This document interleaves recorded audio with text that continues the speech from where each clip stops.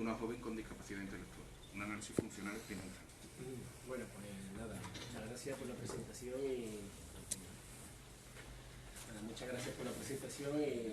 bueno, encantado de estar en casa, ¿no? Y presentar aquí algunos de mis trabajos, ¿no? Bueno, deciros que estos trabajos que voy a presentar hoy, pues como si uno vuelve al origen. En estos últimos años todas las comunicaciones que presenté en Saber eran sobre discriminaciones condicionales, transferencia de estímulos, y ahora he vuelto al pasado. Parece que, o lo que significa para mí es que me voy haciendo mayor y ya soy capaz de trabajar en distintos campos, ¿no?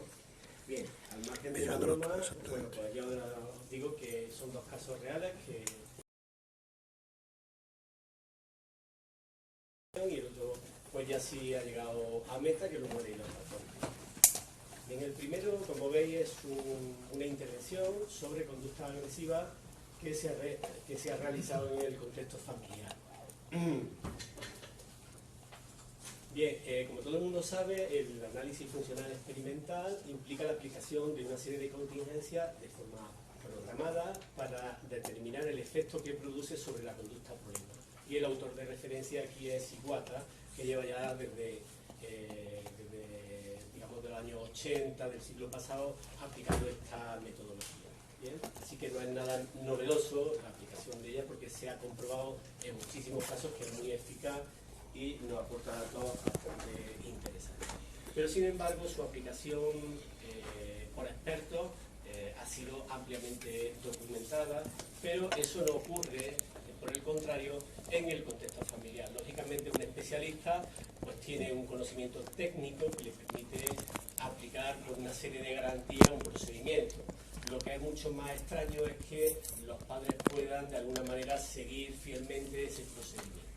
Así que este diríamos que es un caso típico en el que un psicólogo clínico, aunque ya hemos visto que la palabra clínico podría traer problemas, pero bueno, en cualquier caso, si uno se dedica a la psicología clínica, lo normal es que nosotros tengamos que hacer una intervención en un problema a través de la gente que está con esa persona que presenta el problema, en este caso los padres. El psicólogo no va directamente a la casa como hace Supernanny, no va allí a resolver el problema, hace el análisis y le dice lo que tiene que hacer. Así que aquí tenemos un procedimiento pues clásico en el que son otras personas, en este caso los padres, los que tienen el problema y además tienen que intervenir sobre ese problema. Bueno, en esta comunicación lo que se va a describir es un análisis funcional para intentar erradicar, eliminar un tipo de conducta, en este caso de conductas agresivas que presenta una persona con discapacidad hacia la madre. Como veis, ya está localizado, el problema fundamentalmente ocurre con la madre, con lo cual ya es un dato interesante a la hora de plantear las intervenciones o de lo que está ocurriendo. Bueno, como veis, es una chica que tiene en torno a 20 años, tiene un nivel importante de discapacidad, aunque no lo hemos puesto como es lo que se nos suele exigir, pues acompañado de un test de inteligencia. En este punto no era necesario. Lo importante realmente era reconocer pues, que tiene un nivel alto de discapacidad y un repertorio verbal pues, muy reducido. ¿Bien? Así que la conducta problema en este caso es que le agrede, le pega a la madre. Como os decía, pues el repertorio verbal y cognitivo es muy limitado, lo que hace que sea muy difícil la interacción en la comunicación social. Su vocabulario es muy reducido, utiliza monosílabos y algunos tactos o mandos y presenta una gran limitación a la hora de mantener conversaciones, lo que incluye preguntar y responder. Bien, el procedimiento de análisis funcional experimental fue aplicado en el contexto familiar, como os digo, por los padres en un periodo determinado, en el periodo de aseo matinal de la joven, es decir, acotamos 20 minutos. Lógicamente, como podéis comprender, las conductas problemas se producían a lo largo de todo el día. En este caso, el tiempo que estaba con la madre, aunque estaba también en un centro de día, con lo cual ese periodo ocurrían las cosas en otro contexto. Pero acotamos ya un sitio para medir, para evaluar, y teníamos una medición clara, eran 20 minutos y ahí se registraba cuál era la conducta problema. El parámetro de la conducta que se registró fue la frecuencia, el número de veces que ocurre la conducta. También se podía haber anotado la intensidad, ¿no? De qué tipo era cuando se le pegaba, ¿no? Y si eran distintos, de distintas maneras, si era un cabezazo, era un puñetazo o qué era, ¿no? Así que el parámetro importante era la frecuencia. Las consecuencias que se manipularon fueron la aplicación por parte de la madre de reprimendas verbales. Es decir, que en este contexto lo que se hizo es, de alguna manera, replicar lo que ocurría habitualmente. Es decir, cuando alguien te pega, la madre lo que hacía era que le decía, eso no se hace, me hace daño, yo soy tu mamá y ¿por qué me pegas, no? Así que diríamos que esas reprimendas verbales pues se seguían manteniendo en el periodo de evaluación experimental. O, por el contrario, la retirada de atención. Es decir, que había dos condiciones. Se podría, por un lado, atenderle, hablarle cuando le pegaba, o, por el contrario, la madre se salía de la habitación durante unos segundos, que como veis eran 30 segundos, ¿vale? Y esa era, diríamos que de alguna manera queríamos ver pues qué efecto estaban cumpliendo la atención verbal, las reprimendas verbales, si era atención, si era un procedimiento de reforzamiento, o si por el contrario, cuando la madre se iba, se estaba produciendo un procedimiento de reforzamiento negativo porque se interrumpía la interacción y a ver qué pasaba, ¿no? Luego hubo una diferencia entre lo que en evaluación se hizo y la función que cumplía esto, ¿no? Que ahora lo veréis claramente. Bien. Bueno, como veis, estos son los primeros datos de lo que diríamos propiamente como análisis funcional experimental, donde hay una manipulación alterna de dos procedimientos distintos. El primero, en este caso, tenemos las líneas azules y las líneas rojas. Las líneas azules, diríamos que de forma sistemática están produciendo una frecuencia mayor de las conductas disruptivas, en este caso las conductas problemáticas, y al contrario, la retirada de atención estaba produciendo un decremento. Técnicamente parece que claramente esos dos tipos de contingencias están produciendo un reforzamiento diferenciado, más que un reforzamiento diferencial, que no es el caso, está actuando de forma diferencial en la conducta problema. Una está incrementándose y la otra tiene una menor frecuencia, aunque está presente, aunque sigue estando, pero la frecuencia es menor. Bien, como no podía ser de otra manera, pues el análisis funcional experimental nos indica qué habría que hacer. Así que en ninguno de los casos la reprimenda verbal habría que aplicarla. ¿Por qué? Porque estaba fortaleciendo la conducta del problema. Con lo cual ya se descartó ese tipo de contingencia y lógicamente se podía hipotetizar que estaba actuando como un efecto de reforzamiento. La atención, ya sea de una manera o de otra, topográficamente decir unas palabras, pues aquí no nos importa decirle a alguien que es decir, lo que nosotros le digamos, la topografía de lo que le digamos, sino la función que está cumpliendo. Así que la mamá decía, no me pegues, que soy tu mamá, eso no importaba, lo que estaba importando era que la niña estaba recibiendo la atención, ¿vale? Así que a partir de ese momento, pues lógicamente se plantea la intervención, y la intervención consiste en que cuando la niña le pegue a la mamá, cuando es en el tiempo de aseo, imaginad que tiene una limitación importante de discapacidad elevada, pero además tiene una dificultad motórica, con lo cual necesita mucha ayuda. Y significa que habitualmente la madre está muy cerca siempre de la chica, porque le está ayudando a vestirse, ¿no? Con lo cual la probabilidad de que le pegue un puñetazo o un pellizco es muy alta. Si tiene que andar 2 metros, pues para una persona con esa dificultad de movilidad, pues es mayor que si la tenemos muy cerca. Con lo cual, si la tiene cerca, pues le arreaba, ¿no?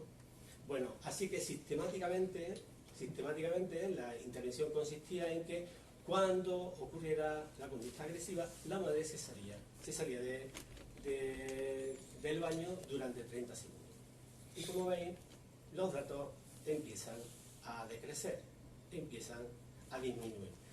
Y además hay momentos en los que tenemos una frecuencia de 0. Visualmente parece que hay una diferencia en línea base y la intervención, pero todavía no hemos llegado al final, no se llega a 0, ¿vale? Así que ya empieza a haber momentos, periodos de 20 minutos en los que no le pega a la mamá, pero también tenemos algunos picos. Por ejemplo, tenemos el pico 29 o el pico 39, esos son días, a lo largo de todas, son sesiones, ¿no? Bueno, esos dos picos, repasando con la mamá, decía que, bueno, sí, pero es que salirme de la habitación, es que algunas veces tenemos prisa, tiene que vestirse, la tenemos que preparar y no me da tiempo, Paco, ¿no? Bueno, así que el siguiente paso a nivel terapéutico con la mamá y el papá fue revisar las actuaciones que estaban llevando. Y una de las cosas, la intervención terapéutica, consistía en que la mamá cayera en la cuenta de si al cambiar lo que nosotros le habíamos dicho, lo que estaba era aumentando o disminuyendo la conducta, ¿vale? Con lo cual, fijaros que empiezan a aparecer algunos periodos en los que, bueno, decrece, le está afectando, la contingencia está haciendo que disminuya la conducta problema, pero no acabamos de estar todavía a 0. Por lo que todavía nos encontramos en intervención, ¿vale? Bueno. A grosso modo, fijaros, ¿no? A grosso modo, el 70% de las conductas agresivas aparecía cuando la madre le regañaba, y el 30% de las conductas agresivas aparecían cuando la mamá le retiraba la atención. Diríamos que otra vez más se vuelve a comprobar, parece los datos nos parecen indicar que hay se afecta de forma diferencial dependiendo de lo que sea. Bien, en la fase de análisis funcional experimental se aplicaron dos contingencias por parte de la madre, como habéis visto, la reprimenda verbal y la retirada de atención. Bueno, se observó que la primera estaba incrementando las conductas agresivas. Claramente, que le hablara, que la mamá le hablara con ella, le cuestionara, pues lo que estaba era haciendo justamente el efecto contrario, le estaba fortaleciendo. Además, los datos pusieron de manifiesto que la reprimenda verbal estaba actuando como una forma de reforzamiento positivo. Ahora sí, estaba siendo una atención claramente. Y la retirada de atención como una forma de castigo negativo. Ahora, lo que nosotros comprobamos es que cuando la mamá salía, eso le estaba haciendo, lógicamente estaba afectando a la conducta.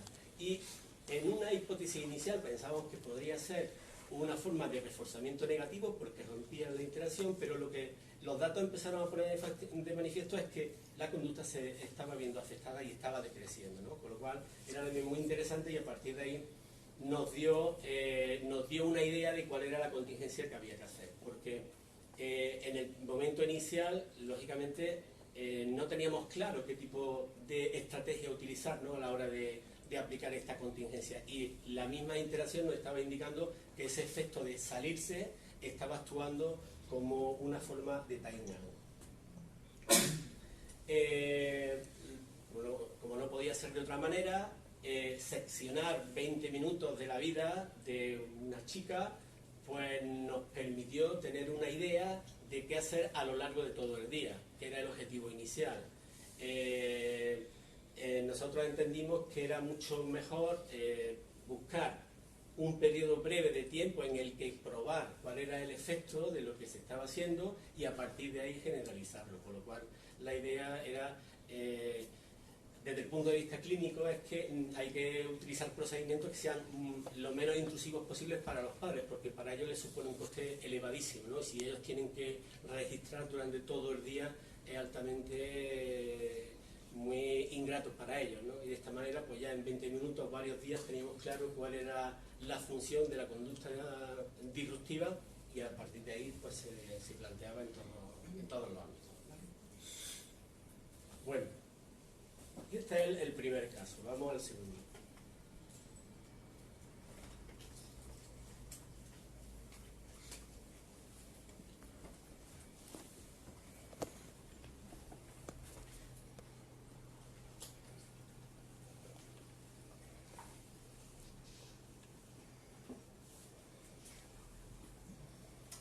he transgredido hoy una norma, y es que a mí, con el nacionalismo cordobés, le pongo a Sara, que es un nombre típico de Córdoba, y Rafael, ¿no? Ahora he transgredido esa norma y le he puesto Darío, ¿no? Pero ha sido solo un desliz.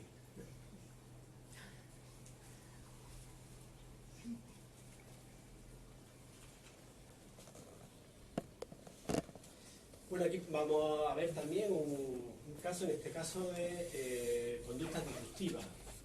Ahora un chico con 7 años. A diferencia del caso anterior, que era un caso que los papás hacían en casa, este es un caso hecho en un contexto clínico. Es decir, es un terapeuta el que interactúa con un niño que presenta conductas disruptivas.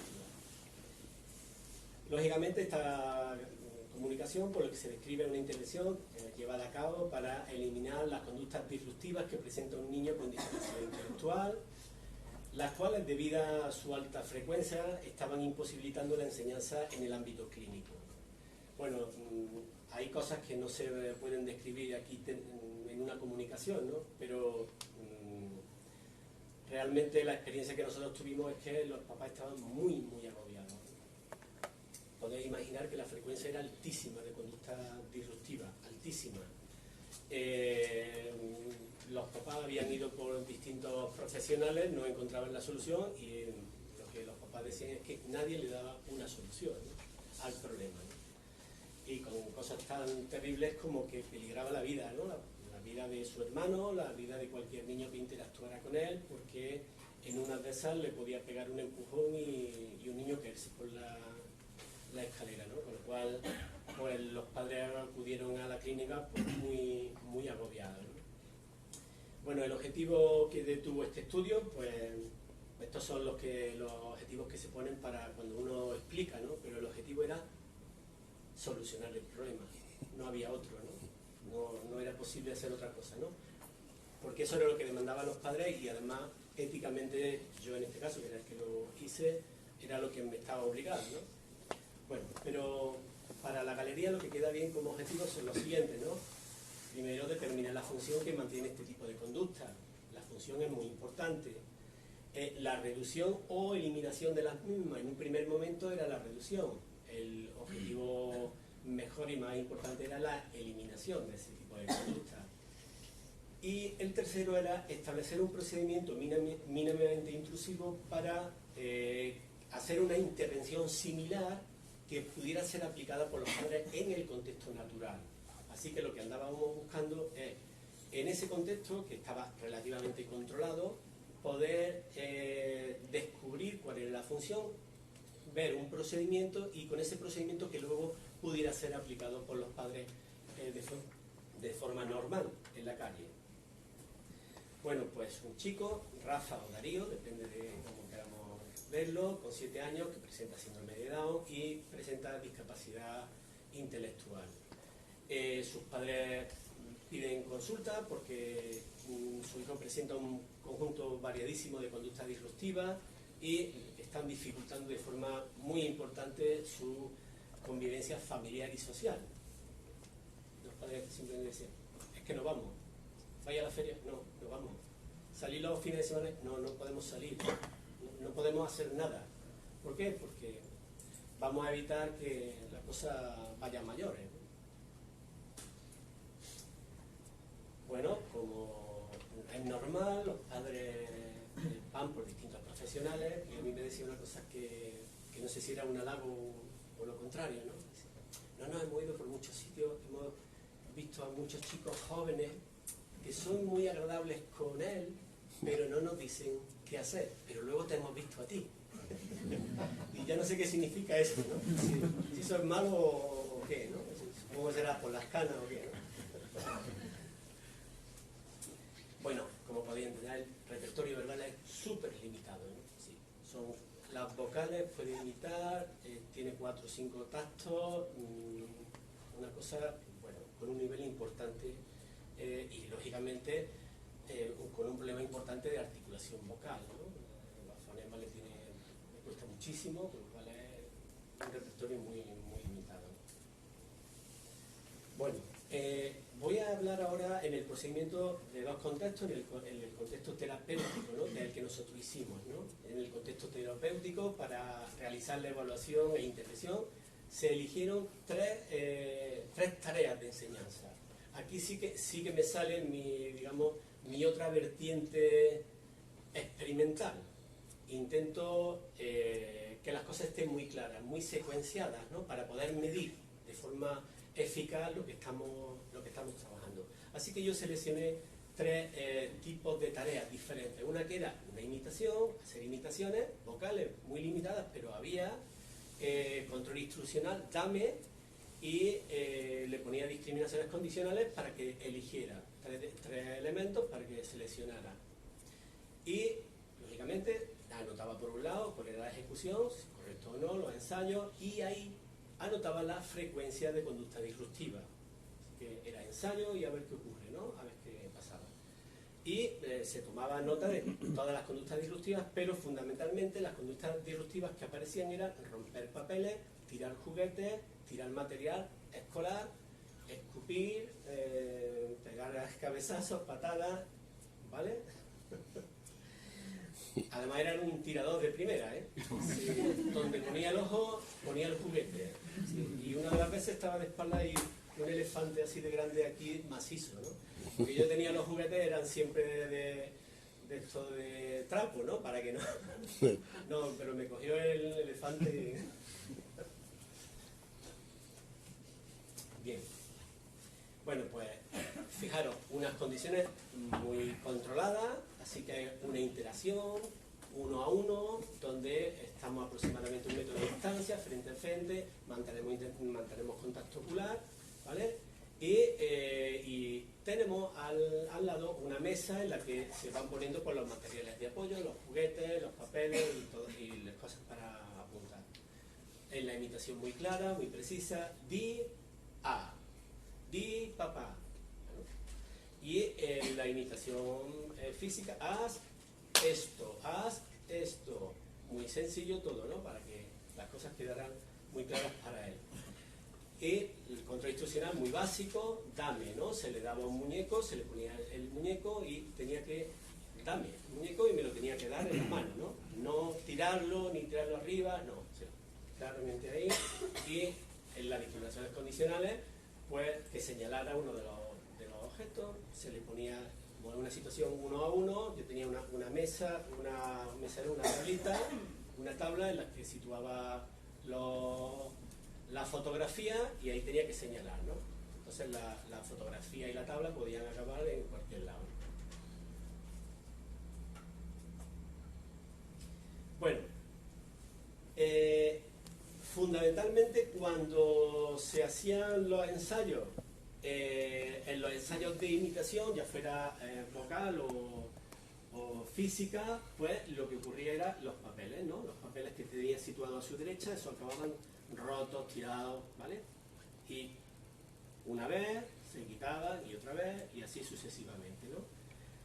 El problema con los juguetes era que lo tiraban, sí, lo tiraba a cualquier lado, ¿no? A mí o a mis alumnas que hacían la confiabilidad, daba igual para él, y el material, pues lógicamente también acababa por el suelo cuando se hacían las discriminaciones condicionales, ¿no? Bien.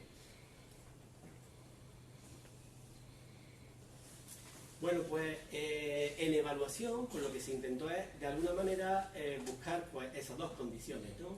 Lo más similar posible a lo que estaba ocurriendo en el contexto natural, y era que si aparecía la conducta adecuada, pues lógicamente se decía muy bien, se reforzaba, ¿vale?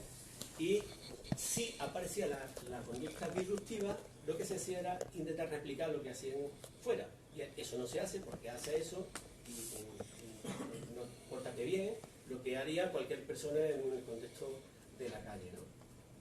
Bien. En intervención, dada la frecuencia, la elevada frecuencia de conductas disruptivas que no permitían la aparición de contingencias programadas de reforzamiento social, hubo que aplicar una contingencia de castigo positivo. Es decir, que había que hacer algo. Es decir, no se puede mantener una frecuencia tan alta de conductas disruptivas. Es que era imposible. Eran 10 ensayos y 10 conductas disruptivas.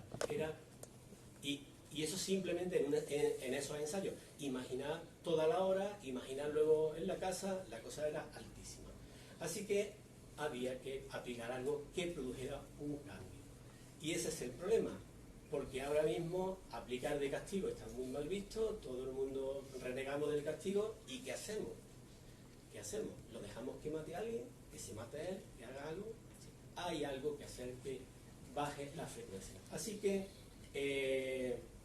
una de las contingencias que nosotros hemos aplicado otras veces y que realmente parece que tiene un cierto efecto es una forma en la que la persona realiza de forma continuada una actividad física.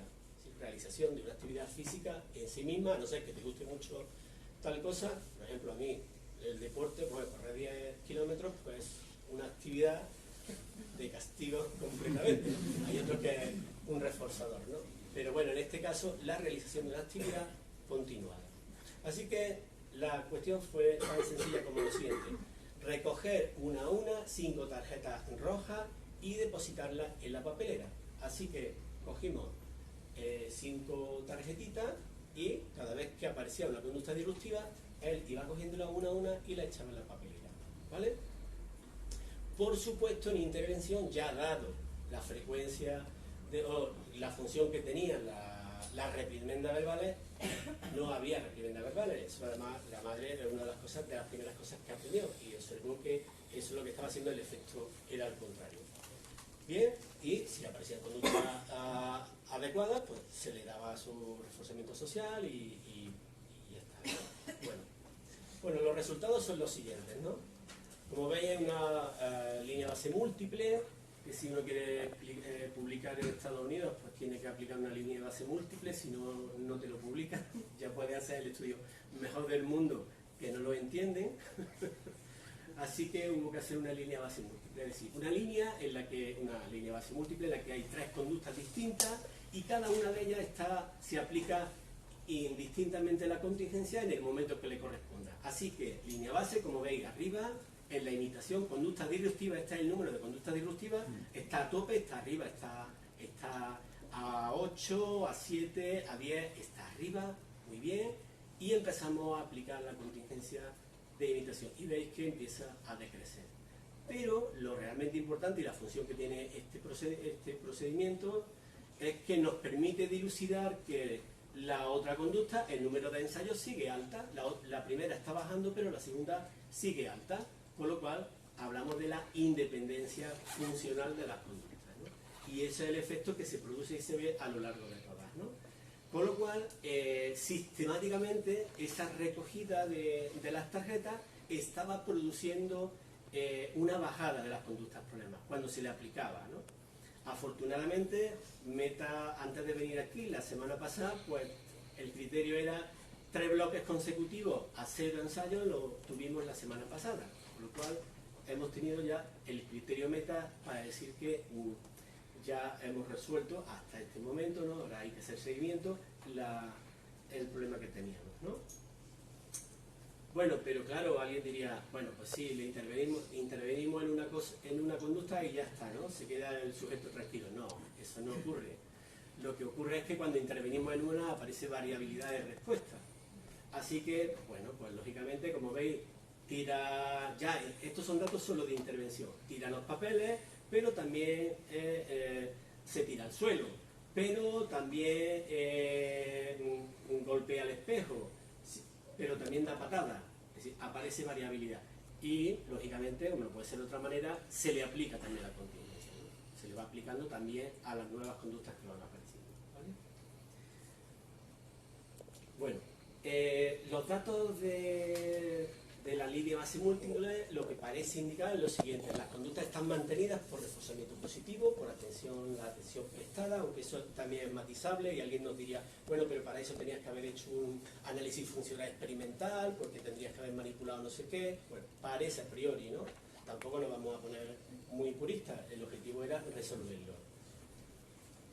Bien, otro aspecto importante, y es que hay independencia de las conductas, se ve que son afectadas de forma diferencial, dependiendo de cuándo se vaya interviniendo en ellas.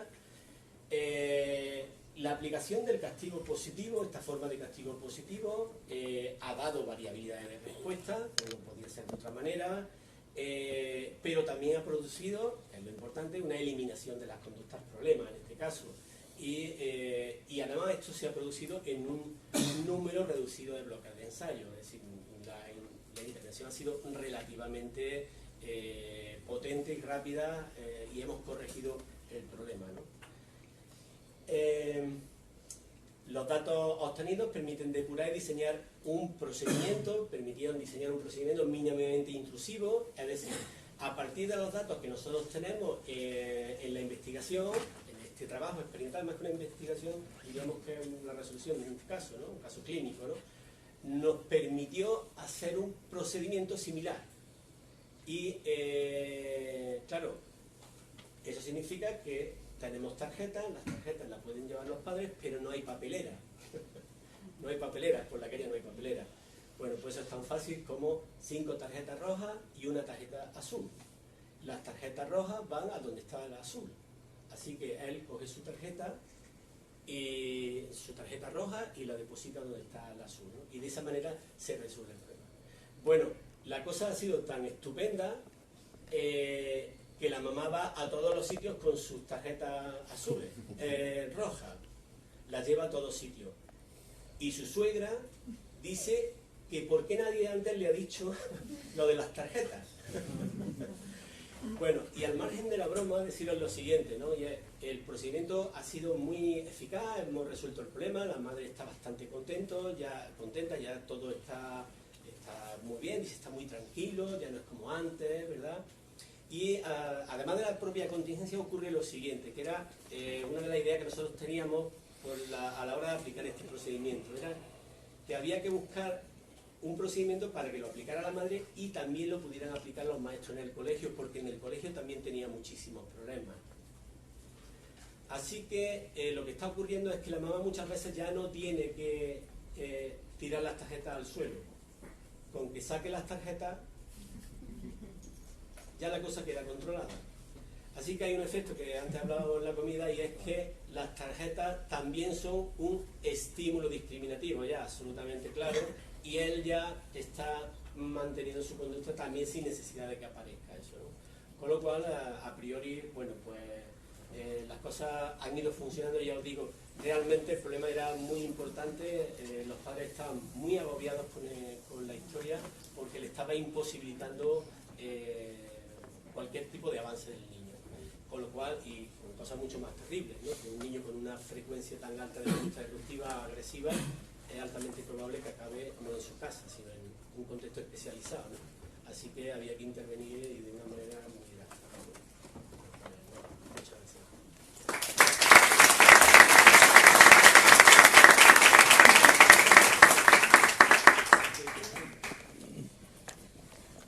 Fantástico. Muchísimas gracias.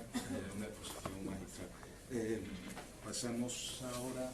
Vamos a alterar el orden de la presentación, como viene aquí. Viene ahora Pilar Cáceres Pachón viene a presentarnos un trabajo sobre evaluación de los operantes verbales. Sí. Evaluación de los operantes verbales en niños de 4 a 6 años.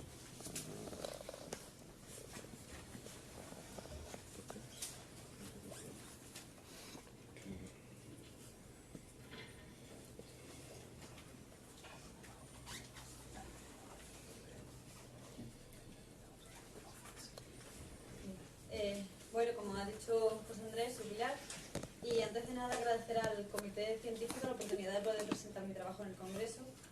Voy a presentar la comunicación titulada Evaluación de los operantes verbales en niños de 4 a 6 años. Partamos de un ejemplo para enmarcar los problemas al que nos enfrentamos. Una sola topografía, como puede ser la respuesta de lloro de un niño, puede tener asociadas diferentes funciones, como puede ser la llamada atención de la madre, solicitar comida, incomodidad o dolor. De la misma forma, una sola función, como puede ser la llamada atención de la madre, puede tener asociadas diferentes topografías de respuesta, como llorar, sonreír o tirar un objeto. Con este ejemplo quiero mostrar que topografía y función son dos conceptos que no son unívocos, es decir, que una misma topografía puede tener asociadas múltiples funciones y una sola función múltiples respuestas. De este modo, las conductas operantes no se caracterizan por la topografía de la respuesta, sino por las relaciones funcionales que un organismo, que una persona establece con los antecedentes de su ambiente y las contingencias consecuentes. Desde este análisis, Skinner definió el lenguaje como el comportamiento reforzado por la mediación de otras personas, quienes deben responder de los modos que han sido condicionados precisamente para reforzar el comportamiento del hablante. En su análisis, Skinner dio la importancia al valor funcional que tenía el lenguaje, dividiéndolo en conductas de hablante, conductas de escucha y hablantes como propio escucha. Todas ellas son independientes funcionalmente entre sí y además se caracterizan por llamarse operantes verbales. En esta tabla nos aparecen todas las operantes verbales con sus respectivos antecedentes, respuestas inconsecuentes, específicas para cada una de ellas.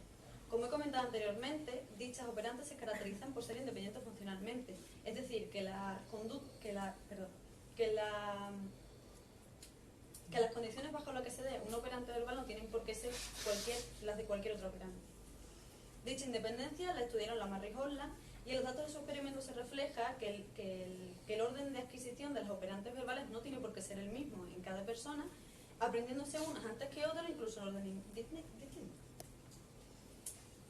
La evaluación tradicional del lenguaje se ha centrado principalmente en la utilización de test estandarizados, que, como bien sabemos, tienen en cuenta básicamente la topografía de respuesta y apenas prestan atención a la función que cumple dicha respuesta. ¿Qué tiene por ventaja? Pues que son sistemáticos, son rápidos y obviamente económicos. ¿Pero qué limitación presentan? Pues que no miden todas las destrezas lingüísticas funcionalmente. Se realizaron un análisis de las baterías estandarizadas publicadas tanto en habla inglesa como en habla española. ¿Qué se encontraron?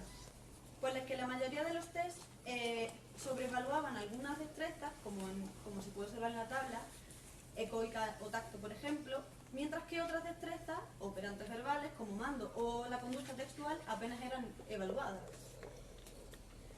Por todo lo comentado, el objetivo principal del trabajo era realizar un procedimiento que nos permitiese explorar funcionalmente todas las operantes verbales, donde además pudiésemos comparar empírica y funcionalmente los distintos niveles de desarrollo de niños de 4 a 6 años en diferentes grupos de edad. La muestra estaba compuesta por un total de 30 niños, 10 de 4 años, 10 de 5 y 10 de 6. La selección de los estímulos nos encontramos con un inconveniente. La base de datos que existen, tanto de palabra escrita como de imagen, ambas presentan ventajas e inconvenientes. El problema de la base de datos de las imágenes, pues que no están ordenadas por la edad de adquisición. Por lo tanto, tuvimos que recurrir a una base de datos de palabras para poder obtener qué dibujos, en función de la palabra escrita, correspondían a estos grupos de edad. Por lo tanto, utilizamos la base de Pérez, Alameda y Cueto, que se tienen en cuenta la edad de adquisición, seleccionamos aquellas palabras que estaban entre edades de 3 a 6 años y trasladamos esas palabras a la base de datos de Snowgrad y Van der Waal. En total cogimos 15 estímulos que fueron los que se utilizaron para la muestra. Bueno, básicamente el procedimiento son las tareas normales de operantes verbales. Lo único que voy a comentar va a ser la operante mando, porque introducimos una pequeña variación. Básicamente porque nos encontramos que en búsquedas bibliográficas anteriores las tareas de mando se confundían con tactos. Entonces, ese era un problema, y el siguiente, que cómo creamos una tarea que las contingencias nos llevasen a tener tareas de mando y no tareas de otro tipo de operantes. Bien, pues establecimos un criterio. Crearíamos tareas con estímulos donde los estímulos tuvieran antecedente verbal, es decir, al niño se le pedía quiero que al elefante rosa, sin enseñarle el dibujo, quiero que al elefante lo pintes de color de rosa. Y la otra tarea sería estímulos sin antecedente verbal, es decir, quiero que a este dibujo lo pintes de color rosa. El niño en ambos casos tenía que demandar el estímulo solicitado. Por lo tanto, teníamos dos tipos de mando. Mando 1, primero 7 estímulos con antecedentes y los siguientes con 8. Con 8 estímulos sin antecedentes. Y mando 2 a la inversa. Por cada grupo de edad, 5 niños pasaban por cada condición de mando 1 y mando 2. Bien, el análisis de datos se realiza un análisis factorial, primero para ver si el tipo de administración si el orden de administración de mando 1 y mando 2 había provocado un efecto.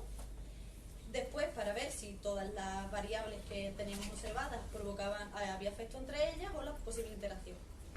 Como comprobamos que la palabra, como bien sabemos, estaba provocando todas las puntuaciones, decidimos aislar esa variable y analizar todas las demás variables para ver si había diferencias significativas en función del sexo, de la edad o del operante. Después hicimos Pearson para conocer las relaciones y por último, como he comentado, había dos tareas de mando. Tarea 1, que era estímulos con antecedentes, y tarea 2, que era estímulos sin antecedentes. Quisimos conocer si, agrupando los estímulos con antecedentes por un lado y sin antecedentes por otro, había también algún tipo de interacción. Resultados. Bien, los resultados globales que encontramos, agrupando todos los grupos de edad, fue que en ecoica y en escucha básicamente se produce efecto techo en los datos totales. Donde no se encuentra diferencias significativas en mando, tacto, en intraverbal, mientras que en el resto de operantes, entre sí, pues sí. Al separar los datos por grupos de edad, encontramos resultados similares. Ecoica y escucha se produce efecto techo, mientras que entre mando, tacto e intraverbal no hay diferencia significativa. ¿Qué se observa también en la gráfica? Pues que a medida que aumentan los niveles de edad, aumentan también los porcentajes de respuesta correcta en todas las pruebas. Aquí tenemos también las operantes y separados por grupos de edad. Básicamente para mostrar que donde no se encuentran diferencias significativas es en la ecoica, entre ningún grupo de edad. Donde sí se encuentran diferencias significativas en todos los grupos de edad, en intraverbal. Mientras que en el resto de operantes solo entre los grupos de edad más extrema, es decir, entre los niños de 4 y 6 años. Esta gráfica pertenece a la tarea de estímulos con antecedentes y de estímulos sin antecedentes. La línea de arriba, que es la más oscura, representa a los estímulos con antecedente verbal y como se observa en la gráfica, sostienen puntuaciones mayores que aquellos que no tienen aquellos que eran sin antecedente verbal. ¿Qué encontramos? Pues básicamente lo que encontramos anteriormente. Las diferencias están entre los niños de 4 y 6 años, además de entre los niños de 4 y 5 años. Como comenté anteriormente, no encontramos un efecto del orden de administración de los tipos de mando 1 y mando 2, por lo tanto decidimos agruparlos como una sola variable. De forma general, se puede decir que las tareas diseñadas nos han servido para analizar y para explorar un procedimiento donde podamos medir las operantes verbales en niños de diferentes edades. Más concretamente, encontramos que la tarea de mando, como propiamente dicha, mide dicha operante. Y no se confunde con el tacto como ha pasado en otros artículos de búsquedas bibliográficas anteriores. ¿Qué podemos concluir? Porque bueno, que dicha tarea puede ser un procedimiento viable para la evaluación de dicho operante. Con respecto a la edad, pues como he comentado, las diferencias se encuentran entre los niños de 4 y 6 años. Quizá pueda ser debido porque los niños de 4 años tienen menor repertorio, mientras que los de 6 tienen más. Y quizás los de 5 se encuentran un poco como entre medio y apenas se encuentran diferencias. Con respecto a la ecoica, se encuentra efecto techo en todos los niveles. En la intraverbal, pues encontramos diferencias desde edades muy tempranas. Quizás puede ser debido a que la tarea puede ser difícil o quizás de la forma de la que hayamos hecho no sea la más adecuada para obtener evidencias de esta operante. Por otro lado, el mando. Sabemos que se necesitan requisitos conductuales previos para poder conseguir obtener puntuaciones de respuesta en esta tarea, por lo tanto es complicada. Con la escucha, bueno, sabemos también que no es necesaria, que propiamente dicha no es un operante verbal, pero sí es necesaria para que el comportamiento del hablante pueda realizarse. Y por último, el tacto. Como he comentado con el mando, también se puede considerar un operante complicado, puesto que se necesitan requisitos verbales previos para poder responder a ella. Con respecto a la independencia funcional, pues no podemos ni afirmar ni rechazar que tengamos evidencias de ella. ¿Por qué? Pues sí es verdad que encontramos diferencias entre las tareas de escucha y tareas de conducta de hablante, excepto en ecoicas, que siempre se da efectos de hecho. Evaluando solo las tareas de conducta de hablante, podemos decir que sí que hay independencia, puesto que las tres más o menos tienen los mismos porcentajes de respuesta, pero a la misma vez podríamos decir que no la tienen, puesto que como que se dependen una de la otra. Pero bueno, solo son un poco de costumbre. A modo de conclusión, ¿qué podemos decir? Pues que para analizar la dicha independencia funcional y al agrupar los sujetos, pues la variabilidad entre grupos queda un poco camuflada. Lo recomendable sería analizar cada caso de manera individual y así quizás podríamos tener más evidencias de dicha independencia. Bueno, y un poco un modo de reflexión. La edad no la he tomado como un factor madurativo, es decir, que no por tener una determinada edad de forma espontánea surgen los conocimientos, sino como un factor de agrupación. Asumo que los niños de 4 años tienen más o menos la misma experiencia previa y los de 5 que los de 6. Más o menos en ese sentido. Por último, limitaciones. Bueno, yo he utilizado solo una forma de un orden de administrar las operantes verbales. Sería recomendable hacer un reequilibrado para ver si el orden de administración también afecta a los resultados en las distintas tareas. Podríamos mejorar la intraverbal porque hemos visto que es complicada, como la hemos hecho, que es, se le leía una definición y tenía que adivinar qué es lo que es. Entonces, quizás las definiciones las intentamos hacer lo más sencillas posibles, pero aún así encontramos porcentajes de respuesta bastante bajos. Y por último, no tenemos control experimental. ¿En qué sentido? En que solo he evaluado. No he entrenado unos estímulos en unas tareas y después las he puesto a prueba en otras. Quizás lo ideal sería entrenar el mismo procedimiento con unos estímulos y quizás se pueda poner a prueba con otros estímulos pero con la misma tarea. Ganaríamos en control experimental.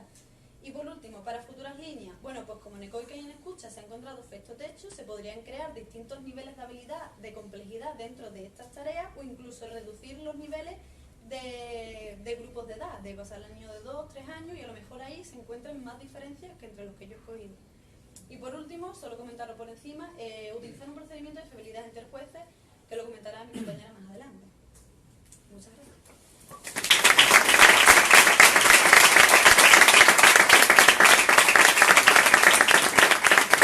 Empezando que me vaya a tirar eso, que me vaya a tirar al suelo. Fantástico presentación, Pilar. Como siempre. Pasamos ahora con el trabajo de Ana de la Rosa. Es una continuación del trabajo que se acaba de presentar. Exploración de un instrumento para la evaluación funcional del lenguaje en niños, pero en este caso con dificultades del aprendizaje, un intento de aplicación de lo que acabamos de presentar con el aula. Buenas tardes, soy Ana María de la Rosa, como ha dicho Lorca, y antes de comenzar me gustaría agradecer a la organización el hecho de que, a los encargados de la organización del Congreso, el hecho de que podamos estar aquí hoy reunidos, y también que me den la oportunidad de presentar el trabajo. El trabajo consiste en una exploración de un instrumento para la evaluación funcional del lenguaje en niños con dificultades del aprendizaje. El estudio de la funcionalidad del lenguaje surge a partir de las ideas de Skinner, quien consideraba que la mayor parte del repertorio conductual humano es operante. Dentro de la conducta operante, a su vez, distinguió la conducta verbal por tener efectos indirectos en el ambiente. En su libro Verbal Behavior, publicado en 1957, tras 23 años de estudio, definió la conducta verbal como aquel comportamiento que es efectivo o reforzado por mediación de otras personas. Con respecto a este término, cabe destacar que verbal no se refiere a que la topografía de la respuesta debe ser exclusivamente vocal, sino que se refiere a cualquier topografía que resulte en una función verbal. Así, por ejemplo, nos podríamos encontrar con que dos topografías distintas, como sería señalar el vaso de agua o decir pásame el vaso de agua, por favor, resultarían o podrían resultar en una misma función, la de obtener el reforzado o vaso de agua por mediación de la persona que nos lo da tras escuchar nuestra demanda. Skinner también distinguió claramente entre el comportamiento de hablante y el de escucha, de modo que uno es el que refuerza o media el refuerzo del otro. A su vez, realizó una distinción de distintas operantes verbales que Greer y Ross clasifican en 7 operantes verbales de primer orden y una de segundo orden, de modo que cada una de ellas son ocasionadas y mantenidas por unos antecedentes y unas consecuencias específicas. En este trabajo en concreto nos centramos en la operante ecoica, mando, tacto, intraverbal y además en el comportamiento de escucha por ser relevantes para el desarrollo verbal. El primer objetivo del trabajo consistió en llevar a cabo una exploración piloto de un instrumento para evaluar la funcionalidad del lenguaje, que concretamente el que ha explicado mi compañera Pilar anteriormente, solo que en este caso se aplica en niños con dificultades del aprendizaje. Destacar que tradicionalmente los estudios se han centrado en evaluar la topografía de la respuesta. La información topográfica, aunque bien es útil, no es suficiente como para desarrollar programas de intervención más eficaces. Para ello nos centramos en evaluar la funcionalidad del lenguaje y concretamente la población infantil española, donde hasta el momento no se conoce que exista ningún instrumento que cumpla con tal funcionalidad, con tal objetivo. Por su parte, el segundo objetivo consistió en buscar indicios de la independencia funcional de las operantes verbales en niños con dificultades del aprendizaje. Cuanto al método, para la selección de los participantes se realizó una selección para accesibilidad entre los usuarios del CAIS PROMIN en Huelva. Concretamente, se seleccionaron 2 niños de 4 y 5 años que presentaban dificultades del aprendizaje. Por otro lado, fue necesario adaptar los estímulos de la prueba a la población infantil. Para ello, se seleccionaron 20 palabras y sus respectivos 20 dibujos a color, que fueron extraídos del test de vocabulario visual, del test de vocabulario en imágenes, el TEVI. Este test está estandarizado en la población infantil hablante de español, de modo que nos permitió seleccionar palabras que eran conocidas por la mitad de niños de 4 y 5 años, concretamente son los que se ponen en la diapositiva. Y por otro lado, fue necesario elaborar una definición para cada una de estas para cada una de estas palabras. Para ello se adaptaron las definiciones del Diccionario Escolar de la Lengua Española de Santillana. En cuanto al diseño, se trata de un diseño transversal de n igual a 1, no reversible, de línea base múltiple entre participantes que cuenta con una variable independiente. El orden de administración de las tareas. Cada participante se asignó aleatoriamente a cada uno de los 2 niveles. De modo que el participante de 4 años se le evaluó en la fase 1 ecoica, en la fase 2 hablante y en la fase 3 escucha, mientras que el participante de 5 años se le evaluó en la fase 1 ecoica y en la fase 2 y 3 se invierte el orden. En la fase 2 se evaluó escucha y en la fase 3 hablante. Destacar que la fase que evalúa hablante incluye las tareas necesarias para evaluar los operantes de mando, tacto e intraverbal. Por otro lado, tenemos 3 variables dependientes, que son el número de ensayos correctos para cada palabra, el número de ensayos correctos para cada operante y el tiempo invertido en la ejecución de la prueba. La variable extraña, efecto del aprendizaje, se controló mediante la aleatorización de la presentación de los estímulos. El procedimiento que se llevó a cabo es el mismo que explicó anteriormente mi compañera Pilar, por ello no me voy a detener mucho, pero sí hay que destacar que en la tarea para evaluar los mandos, todos los ensayos se producen con antecedente verbal. Pasamos a continuación al análisis de datos, que consistió en un análisis visual de los datos según el porcentaje de ensayos correctos para cada palabra, el porcentaje de ensayos correctos para cada operante y el tiempo invertido en la ejecución de la prueba. Continuamos con los resultados. En primer lugar, se analiza el porcentaje de ensayos de respuestas correctas que dieron para cada palabra en todas las operantes. De este modo, en la gráfica las palabras están ordenadas por el porcentaje de ensayos correctos, de modo que de mayor a menor porcentaje. En este sentido, se observa que ambos participantes coinciden en aquellas palabras que les son más fáciles de responder, es decir, aquellas que tienen mayor porcentaje de aciertos, que serían árbol, elefante y llave, mientras que a su vez también coinciden aquellas otras que serían más difíciles, maíz, bolígrafo y cortina. En cuanto al tiempo invertido de ejecución de la prueba, en las gráficas se muestra el tiempo que emplearon los participantes en cada tarea expresado en segundos. El sumatorio de este tiempo nos permitió conocer cuánto tiempo empleó cada participante en completar la prueba. Concretamente, el participante de 4 años empleó 32 minutos y el participante de 5 años empleó 20 minutos. Estos resultados son esperables según la edad de los participantes, puesto que el participante de mayor edad completa la prueba en menor tiempo. A continuación se analiza el porcentaje de ensayos correctos para cada operante. En este sentido, el participante de 4 años presenta un mayor porcentaje de aciertos en las operantes ecoica y escucha, mientras que el porcentaje de aciertos es menor en las operantes mando, tacto e intraverbal. Por su parte, el participante de 5 años presenta un mayor porcentaje de aciertos en ecoica, escucha y mando, y el porcentaje de aciertos es inferior para las operantes tacto e intraverbal. Si se analizan de forma conjunta, los resultados de ambos participantes, se llega a varias conclusiones. En primer lugar, ambos participantes dominan las operantes ecoica y escucha, y se da un efecto techo en ecoica. Estos resultados son esperables debido a que estas operantes son las primeras que se desarrollan. Por otro lado, si se atienden las operantes mando, tacto e intraverbal, ambos participantes presentan un distinto porcentaje de aciertos. De modo que el participante de 5 años presenta un porcentaje de aciertos sistemáticamente superior al del participante de 4 años. Por lo tanto, el participante de 5 años presenta un mayor dominio de estas operantes. Por otro lado, el porcentaje de acierto también presenta la misma tendencia para ambos. Es decir, ambos presentan un mayor dominio de la operante mando con respecto a tacto y de la operante tacto con respecto a intraverbal.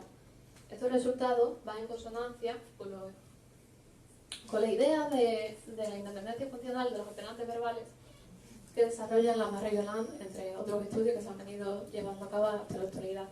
De modo que el dominio de unas operantes no garantiza el dominio de otras.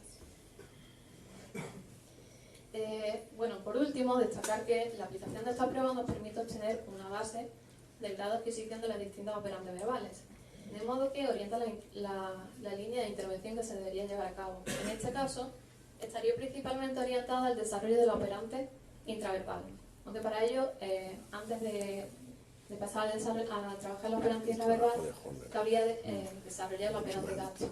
Por otro lado, el alto porcentaje de aciertos en ecoica, que se da un efecto techo, también indica que el participante no tiene problema de articulación. Es decir, una evaluación topográfica en este sentido no tendría tanta utilidad o no reflejaría los problemas que el participante presenta en la operante intraverbal. Y a su vez también nos indica que el participante cuenta con la capacidad de imitación. Para posibles mejoras de este estudio se propone la utilización del software libre Lente. Este software nos permite realizar un análisis cualitativo observacional de los ensayos mediante la grabación en vídeo de los mismos, de modo que nos permitiría observar la conducta del evaluador y del niño en cualquier momento y lugar. Esto nos ofrece múltiples ventajas, entre ellos la primera, pues destacar alguna, sería la de conocer la latencia de respuesta que da el participante ante cada uno de los ensayos de forma objetiva. Por otro lado, también nos posibilitaría llevar a cabo acuerdos interjueces, también nos permitiría corregir la conducta del evaluador en fase de entrenamiento, mediante cuando éste aplica la prueba, y también podríamos observar la progresión del menor en las habilidades verbales, haciendo evaluaciones pre y post entrenamiento o intervención. En definitiva, las conclusiones que se llegan son las siguientes. Estos resultados van en consonancia con lo de la Marie-Yolande, de la independencia funcional, de modo que, como recordamos anteriormente, el dominio de unos operantes, como podrían ser coica o escucha, no asegura el dominio de otras, no son más de tacto intraverbal. Por otro lado, este instrumento permite llevar una evaluación de las operantes verbales de manera rápida, clara y sencilla. A diferencia de los estudios tradicionales, en este estudio nos permitiría obtener una línea base de varias operantes verbales y además en un breve periodo de tiempo, unos 20 o 30 minutos, de modo que podríamos conocer de forma rápida, a modo de screening, en qué operantes verbales nos deberíamos centrar y en qué otras conocer cuáles otras ya dominarían. Y, bueno, en definitiva, la utilización de este instrumento nos permite, supone una economización o, digamos, reducción del tiempo que el evaluador llevaría a cabo en cuanto a la evaluación de las operantes verbales, de modo que se podría dar una intervención más temprana a partir del análisis conductual aplicado o ABA para desarrollar las operantes verbales que aún no presentan un alto grado de desarrollo. Y esto es todo. Muchas gracias.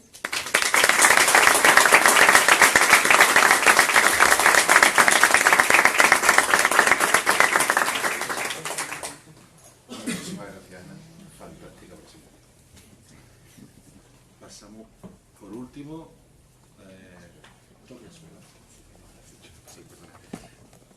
pasamos de la Universidad de Jaén, Torres viene a presentarnos el IRAC como medida de flexibilidad psicológica en adolescentes.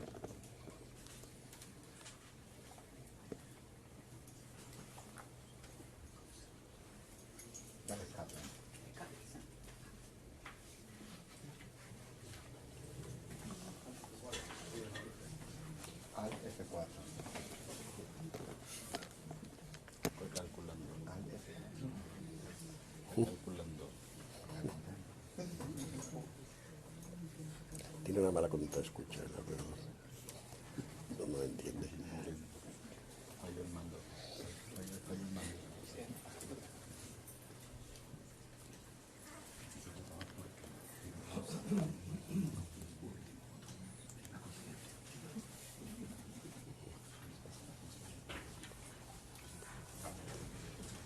Buenas tardes, soy Gloria Torres. Agradezco también la posibilidad que me ha permitido presentar este trabajo que estamos llevando a cabo junto con Mónica Hernández y Miguel Rodríguez en la Universidad de Jaén. Como ya han comentado, el título de nuestro trabajo es El procedimiento IRAC como medida de flexibilidad psicológica en adolescentes. Los niños y las niñas tienen que aprender a identificar, a expresar y a regular sus propias emociones durante el proceso de su desarrollo. En dicho desarrollo es importante, al menos desde el punto de vista contextual funcional, el aprendizaje de la flexibilidad psicológica. La flexibilidad psicológica es la habilidad que tienen los seres humanos de poder contactar con el momento presente, es decir, vivir el aquí y el ahora de forma consciente y orientando nuestro comportamiento hacia nuestros propios valores. El concepto de flexibilidad psicológica tiene un concepto opuesto que es el de evitación experiencial. Ambos conceptos, la flexibilidad psicológica y la evitación experiencial, se situarían en dos extremos de un mismo continuo. Y la flexibilidad psicológica es un concepto clave en la terapia de aceptación y compromiso. Nosotros consideramos que durante la infancia es muy importante, sería importante poder prevenir en los niños que desarrollen patrones rígidos, patrones inflexibles, inflexibles de evitación, donde algunas emociones sean percibidas como barreras para poder realizar algunas actividades en su vida. Por ejemplo, que algunas emociones, normalmente las que la mayoría calificamos como negativas, como la tristeza, sea percibida por los niños como una barrera para poder jugar, para poder hacer los deberes, atender en clase, hacer actividades en su vida diaria. La flexibilidad psicológica ha sido muy poco investigada en la población infanto-juvenil. De hecho, el único trabajo con el que contamos es de Greco, que aporta un cuestionario de evitación y fusión para jóvenes, y contamos también recientemente con una adaptación española de Valdivia y Salas. Nuestra propuesta es evaluar la flexibilidad psicológica, pero con un método complementario, que sería el procedimiento relacional, el procedimiento de evaluación relacional, que es el IRAP, que es lo propuso en el 2006 Bach y Holmes. El IRAP es un procedimiento que está basado en la teoría de los marcos relacionales. Voy a intentar explicarlo. El IRAP es una tarea de ordenador que mide el tiempo de reacción de las respuestas relacionales inmediatas y breves. Esto quiere decir que el sujeto no tiene nunca tiempo para poder pensar la respuesta, y así evitamos y disminuimos aspectos como la deseabilidad social. El IRAP consiste en una tarea de ordenador que el sujeto ve dos estímulos en la pantalla y tiene que decir si están relacionados o no, contestando verdadero o falso. Pero existen dos tipos de ensayos. Hay unos bloques de ensayos que son consistentes, que llamamos consistentes, y otros inconsistentes. Los bloques consistentes son ensayos que se prevén coherentes con la historia de aprendizaje de la persona. Dicho en otras palabras, que son consistentes con sus creencias y con sus actitudes. Y los bloques de ensayos inconsistentes son lo opuesto. Ensayos que se prevén no son acordes, no están de acuerdo con la historia de aprendizaje del participante. ¿Cuál es la hipótesis del procedimiento IRAP? Pues que en los ensayos consistentes el tiempo de reacción será menor. Esto sería un ejemplo. Amor y agradable se pueden ver como dos estímulos en la pantalla, hay que responder verdadero o falso. En un ensayo consistente hay que responder como si el amor fuese agradable, que sería coherente con la mayoría de nuestra historia de aprendizaje, con la mayoría de nosotros. La respuesta correcta, verdadero. En un ensayo inconsistente, la instrucción es responde como si el amor fuera desagradable, y la respuesta se le daría por válida si nos dice falso. Lo que comentaba antes, lo esperable es que en los ensayos consistentes haya una latencia menor. El IRAP, como sucedía con la flexibilidad psicológica, ha sido muy poco investigada en niños y en adolescentes. Solo tenemos 2 estudios, de Ravelo, Bartolotti y Souza en el 2014 y de Scallon y colaborador en el 2014, que nos aportan información relevante, muy importante, pero no hacen ninguna referencia a la flexibilidad psicológica, que es el objeto de nuestro trabajo. En nuestro estudio presentamos los datos de alumnos de adolescentes de tercero de la ESO, y el objetivo es evaluar cómo esos adolescentes valoran las emociones de alegría y de tristeza, y también si perciben esas emociones como una barrera para realizar actividades valiosas o importantes para ellos. Este trabajo pertenece a un estudio mucho más amplio que abarca a niños desde 10 años hasta 17. Y la idea es conocer, explorar lo que sería la evolución y el desarrollo de la flexibilidad psicológica. El método, pues, los participantes son de tercero de la ESO, son 51 adolescentes con una edad media de 15 años, todos tienen un desarrollo normal, una habilidad de lectoescritoras normales y no tienen ninguna experiencia previa con el IRAP, ni con tareas de relación equivalencia ni similares. Los instrumentos utilizados son 2 tareas IRAP, que ahora explicaré, una escala visual analógica con los mismos estímulos que se usan en el IRAP, el cuestionario de evitación y fusión que he comentado anteriormente, un inventario de inteligencia emocional y luego una medida general y actual de la alegría y la tristeza. Comenzamos por el IRAP 1. En este IRAP el objetivo es identificar la valencia, cómo los adolescentes valoran la alegría y la tristeza, si la perciben como positiva o negativa. Entonces, los estímulos etiquetas son alegría y tristeza, y los estímulos de comparación son los que vemos en pantalla. Cada bloque consta de 24 ensayos, que son el resultado de combinar cada uno de los estímulos etiqueta con los estímulos objetivos. Los participantes ven en la pantalla una frase, que puede ser, por ejemplo, la alegría es mala, o la tristeza es buena, o la alegría me gusta. Y ellos, como decíamos antes, contestan verdadero o falso, y algunos bloques son consistentes con su historia de aprendizaje y otros no. Los tipos de ensayos serían: la alegría es buena, verdadero o falso, pues depende del bloque en el que se encuentre. Cuando es consistente, le decimos contesta como si la alegría fuese positiva y la tristeza negativa, y en ese caso sería verdadero. Cuando el bloque es inconsistente, la respuesta que tiene que dar sería falso. Otro tipo de ensayo sería: la tristeza es mala, la alegría es lo peor o la tristeza es lo mejor. El IRAP 2 utilizamos estímulo etiqueta distintos. Este IRAP se utiliza para poder identificar si las emociones se perciben como barreras o no. Entonces, los estímulos etiquetas son yo alegre y yo triste. Yo alegre se interpreta como cuando yo estoy alegre, y yo triste cuando yo estoy triste.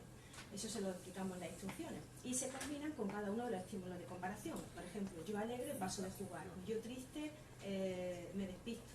¿Vale? Los 4 tipos de ensayos serían: yo alegre quiero jugar. En un ensayo consistente habría que decir verdadero, y en un inconsistente lo contrario, falso. Otro tipo de ensayo sería: yo triste paso de jugar, yo alegre me aburro, o yo triste me divierto. Ya se me acaba la batería. Utilizamos una escala analógica visual, como decía antes, con cada uno de los estímulos del IRAP. Por ejemplo, extra, la alegría es inútil, la tristeza es inútil. Ellos tenían que marcar con un pequeño trazo vertical en qué posición se situaban, desde totalmente en desacuerdo a totalmente de acuerdo. Y con el IRAP 2, o sea, había otra escala analógica visual para poder compararlo con el IRAP 2. Por ejemplo, yo alegre quiero jugar o yo triste quiero jugar. La medida de alegre y tristeza que se recoge en una escala Likert es cuánto de alegre o triste te encuentras en este momento y en tu vida en general. Y esta pregunta, Likert lo hacíamos el día del cuestionario y también el día del IRAP 1 y el día del IRAP 2. El procedimiento, pues, que seguimos, por primero obtener el consentimiento de la aprobación del Comité de Ética de la Universidad de Jaén, luego pudimos conseguir el consentimiento informado por parte de los padres, y luego por cada uno de los participantes. Los alumnos tenían 3 sesiones. Una primera era grupal, donde tenían que contestar todas las medidas explícitas y los diferentes cuestionarios, y después individualmente hacían el IRAP 2, y cuando todos pasaban el IRAP 1, entonces hacían el IRAP 2. En cuanto al procedimiento del IRAP, pues el procedimiento tradicional que se hace con adultos, que no hay muy poca investigación con niños, es el IDA es una tarea difícil que requiere un tiempo de práctica. Entonces, el bloque de práctica es cuando se empieza con los adultos. Hay un bloque de práctica donde se consigue y se alcanza el criterio predeterminado, en este caso eran 3.000 milisegundos de latencia del tiempo de reacción y 80% de respuestas correctas. Una vez que el participante ha alcanzado ese criterio, ya pasa a los bloques de test. El procedimiento con adultos lo modificamos para poder adaptarlo a los niños, que también tenemos de 10 años, hasta los de 17, 15 de media. Entonces, introdujimos una fase de preentrenamiento con ayuda y en esta fase consistió en explicar detalladamente las instrucciones, le damos feedback inmediato y también había ayuda donde se le recordaba el lema de cada bloque para que pudiera contestar. Después estas ayudas se fueron desvaneciendo hasta que los participantes alcanzaban el criterio que esperábamos. En el bloque de test hay que decir que siempre hay 3 pares de bloques fijos, la C significa consistente y la I inconsistente. En el procedimiento de IRAS 2 es el mismo, pero en esta fase ya eliminamos la fase de preentrenamiento con ayuda porque ya no era necesario, ya tenían alguna experiencia y contestaban muy bien. La fase de entrenamiento con ayuda la introdujimos porque la tasa de muerte experimental aporta el programa y lo que son las diferencias, calcula a grosso modo las diferencias entre los bloques consistentes y los inconsistentes. Y lo hace pues, con el promedio de los 4 tipos de ensayos y también lo hace por tipos de ensayo. Luego se calcula una TD Student para ver si esos valores, esas de IRA, son significativas o no, si son diferentes a 0. Y por último analizamos Pearson para ver si existía alguna relación entre las variables que estudiamos. Los resultados fueron que todos los participantes completaron la fase de práctica en el IRAS 1 y en el IRAS 2, o sea, todos pasaron a la fase de test. En el IRAS 1 todos los participantes completaron la fase de test, manteniendo los criterios de ejecución, pero en el IRAS 2 solo hubo uno que sí que perdimos y que no consiguió mantener el criterio y por eso fue eliminado. Los resultados podemos verlos gráficamente en la pantalla. Todas son significativas, no sé por qué no se ven los asteriscos, estaban los asteriscos ahora no, pero son todas significativas.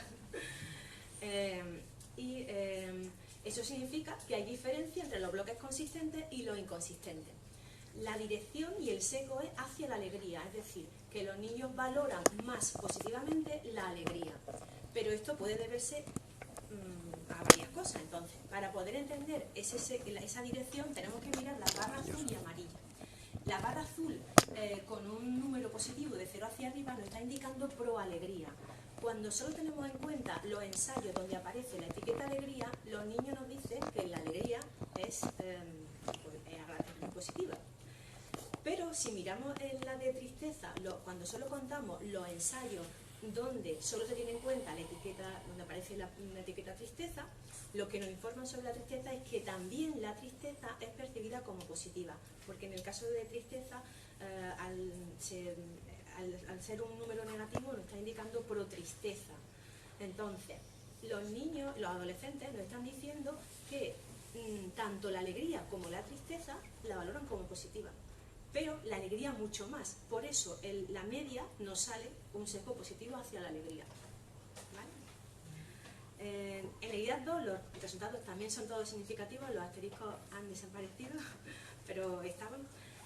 Igual existe diferencia entre ensayos consistentes e inconsistentes y de nuevo el sesgo es hacia la alegría. La alegría se percibe como antecedente, como instigadora, como promotora de actividad, pero cuando vemos la tristeza también nos dicen que estando tristes lo perciben como una emoción en la que podrían hacer jugar y quedar con amigos y hacer actividades. Lo que sucede es que perciben como una relación mucho mayor, con una magnitud mayor, cuando es la emoción de la alegría. O sea, de nuevo igual, cuando están alegres y cuando están tristes, la tristeza y la alegría es percibida como un antecedente de hacer actividad, pero mucho más si estoy alegre. No se percibe en este caso antitristeza ni la tristeza como barrera para hacer actividades. En cuanto a los estadísticos descriptivos, tengo que decir, la escala analógica visual resumiendo, es que nos aportan información diferente. En una escala analógica visual, el sujeto tiene tiempo para pensar y para poder, poder pensar si esto está bien, es correcto, esto es lo que piensa la mayor parte de la gente, qué va a pensar de mí el examinador. Entonces, lo que nos dicen en esas medidas explícitas es: la alegría es positiva y la tristeza es negativa, muy negativa. La alegría es promotora y antecedente de hacer actividades, y la tristeza se percibe como una barrera para hacer actividades, mostrando, como ahora verán, una diferencia importante con lo que vemos con un método implícito, cuando ellos no tienen tiempo de pensar. El AFQ, que es la medida, el cuestionario de evitación, nos da un dato de 27,84, es un percentil de un 47%, de 47 aproximadamente. La inteligencia emocional se sitúa en el percentil 70, y en cuanto a los datos de emoción general están bastante contentos, están bastante alegres, porque la escala es Likert y la mayoría sale por encima, o sea, la media es por encima de 5,5. Utilizamos esta medida para saber si son niños que están tristes en ese momento, pues eso podría influir en la realización de la tarea, pero no influyó, no había correlación.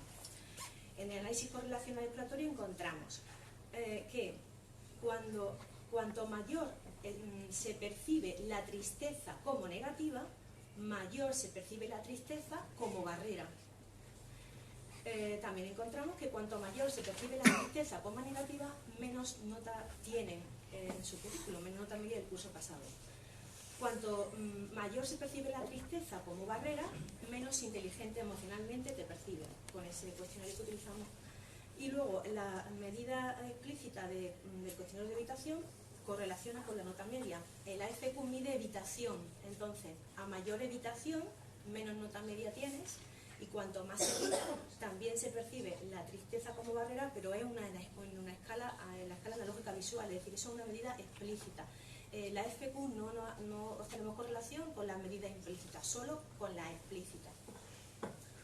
En cuanto a la discusión, deciros pues que el resultado de este estudio confirman que es posible aplicar el procedimiento IRAC con adolescentes, que una explicación detallada de las instrucciones y un breve preentrenamiento fue suficiente para obtener una baja tasa de mortalidad experimental. La mayor magnitud de flexibilidad psicológica vendría dada por ausencia de seco en los dos IRAC. Esto no es lo que hemos obtenido, pero realmente el tamaño del efecto, el seco es muy pequeño. Muestran un seco en ambas tareas. Sin embargo, la preferencia por la alegría no es debida a una actitud negativa hacia la tristeza. Muestran actitud positiva hacia ambas, la alegría y tristeza, pero más hacia la alegría, como decía antes.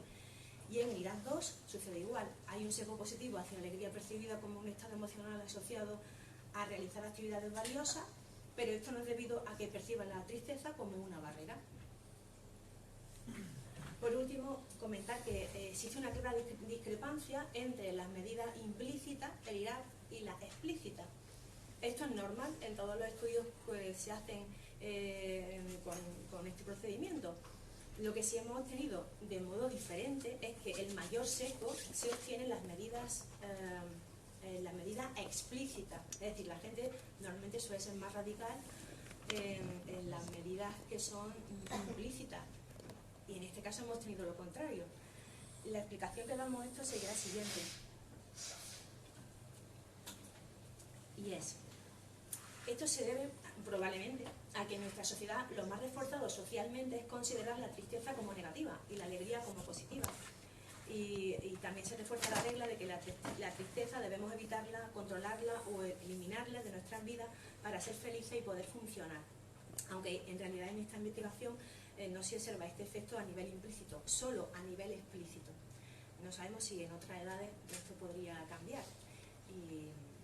Y bueno, estamos trabajando en la línea, como decía antes, de verlo, trabajarlo y estudiarlo en diferentes edades. Y por ahora encontramos algunas diferencias que pueden ser interesantes. Y con esta ha sido mi presentación. Muchas gracias por su atención.